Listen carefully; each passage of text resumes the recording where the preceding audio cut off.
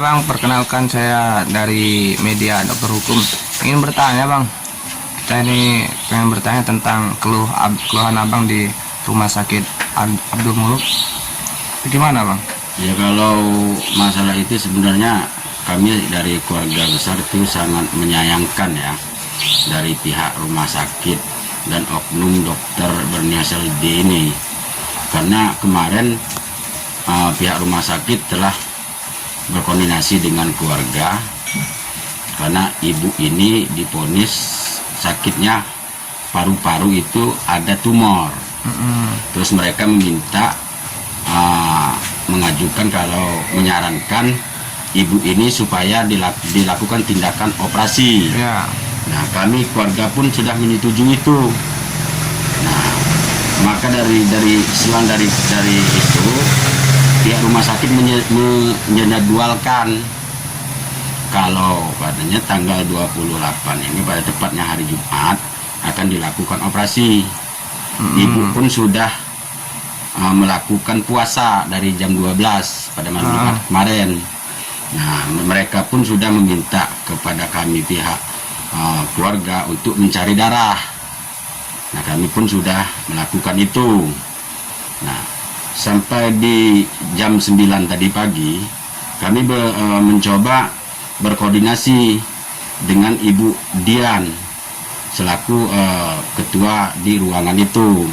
Ya, kami mempertanyakan apakah ibunda kami ini akan dioperasi hari ini ataupun tidak. Kalaupun memang tidak dilakukan operasi, kami hanya meminta agar supaya ibu kami ini dibuka puasanya, karena kan disuruh puasa tuh dari malam. Tanggapan dari dokternya gimana, Bang, waktu bertanya ke dokternya? Nah, pas kami diarahkan oleh Ibu Dian itu untuk ketemu dengan dokter, sekitar 30 menit lah kami menunggu di ruangan itu. Datanglah oknum dokter tersebut. Ya, kami melakukan pertanyaan seperti yang kami tanyakan kepada Ibu Dian. Nah, terus dokter ini pas ketemu kami dia nanya, ada perlu apa? Saya ini lagi sedang mengoperasi pasien saya. Kenapa saya harus dipanggil-panggil? Ya, saya jawab, Dok, kami kesini ingin mempertanyakan pasien atas nama Ibu Sriuna. Apakah akan dilakukan operasi hari ini ataupun tidak? Kalaupun tidak, tolong diinformasikan kepada kepala ruangan agar puasanya dibuka.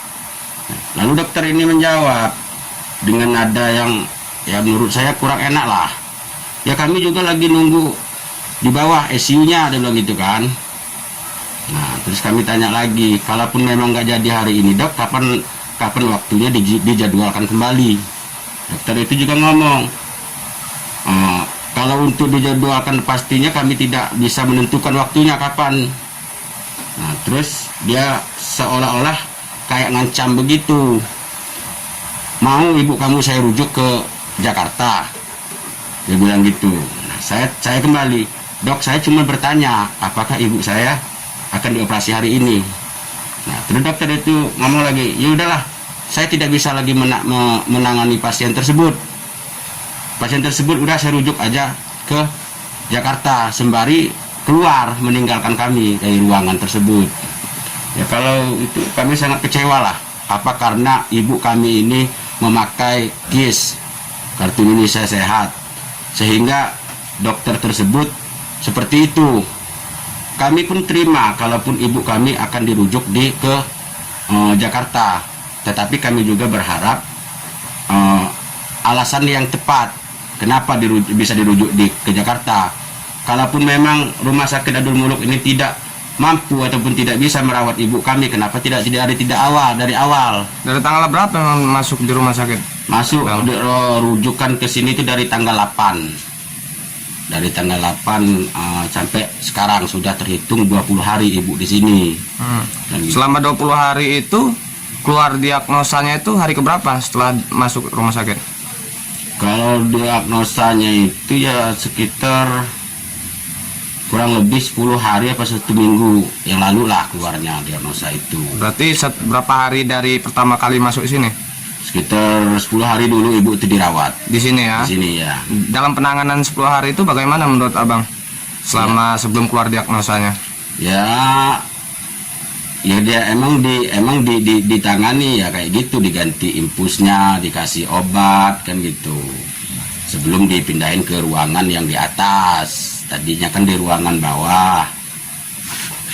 Jadi harapannya gimana bang untuk hal ini? Ya kalau harapan kami dari keluarga minta gimana caranya supaya orang tua kami ini bisa ditangani secara cepat, bisa dilakukan operasi di rumah sakit tersebut, ya kan. Nah, dan harapan saya kepada pihak terkait seperti Dinas Kesehatan, udah itu Pak Arinal, Gubernur Lampung, Pak Jokowi, terus Ibunda Epa selaku Wali Kota Bandar Lampung, meminta agar bisa memberi ketegasan kepada pihak rumah sakit agar bisa lebih memperhatikan lagi pasien-pasien yang ada di rumah sakit tersebut. Jangan istilahnya timbang pilih dan jangan semau-maunya terhadap pasien. Kalaupun mau dirujuk, kalaupun apa, kita harus koordinasi. Mereka pun harus menjelaskan alasan dirujuk itu apa. Apa memang tidak ada kelengkapan alatnya, apa dokternya yang nggak ada. Kalau ini kan kasus ibu ini udah jelas, dokternya ada dan mereka pun sudah berkoordinasi siap untuk melakukan operasi. Tiba-tiba ya karena mungkin ada kekesalan pribadi dokter itu sehingga tanpa penjelasan dia operasi pun dibatalkan, lalu akan dirujuk katanya gitu. Menurut abang kekesalan pribadi itu hal yang seperti apa itu bang? Ya mungkin karena kami dari pihak keluarga ini ya selalu bertanya, ya kayak yang saya jelaskan tadi, saya kan menemui dokter itu karena diarahkan oleh kepala ruangan tadi. Kami kan mempertanyakan terkait jadi atau tidaknya. Mungkin karena saya nanya kayak gitu, dokter itu kesel kan gitu. Jadi hari ini berarti tidak jadi dioperasi bang? Kalau untuk hari ini tidak jadi operasi, gagal operasi, bahkan dokter itu ya mengatakan kalau memang suruh rujuk gitu. Apa sudah sampai jam saat ini sudah keluar untuk surat rujukannya? Kalau untuk sampai sekarang belum keluar. Mungkin kalau informasi yang kami dapat kayak sih ke besok itu keluarnya. Itu dari mana informasi bang yang? Ya dari suster-suster apa itu bidan lah, saya kurang tahu itu yang jaga-jaga di situ kan ada perawatnya ya, nanya seperti itu. Bahkan kita juga disuruh ngurusin surat rujuknya lah. Bukannya kan kalau ngurus surat rujuk itu kalau pihak kita nih yang minta dirujuk, menurut saya kita yang minta, ya kan, baru kita yang ngurus. Ini kan mereka rujuk tanpa alasan yang jelas. Oh ya, udah itu aja bang ya. Nah, oh ya bang, jadi gini saya minta harapannya lah pada pihak rumah sakit ini dan pemerintah terkait ya, agar bisa memperhatikan yang namanya keluarga kurang mampu ini. Jangan dibeda-bedakan lah karena pakai kis, lalu mereka semena-mena semau-maunya terhadap pasien, tidak memikirkan keadaan pasien. Pasien ini makanya pakai kis ya bang ya, karena dinyatakan orang tidak mampu. Dan kalaupun mampu nggak mungkin pakai kis. Nah seharusnya merujuk ke Jakarta juga dia harus mikir orang ini mampu nggak nanti kalau dirujuk ke Jakarta atau gimana. Jangan karena kesel sesaat aja memponis seperti itu. Dan untuk direktur rumah sakit ini ya mintalah biar dokter-dokter ini diawasi, dilihat kinerjanya di lapangan agar sesuai SOP. Iya, agar tidak terjadi lagi hal-hal yang seperti ini gitu di kemudian hari, harapan saya.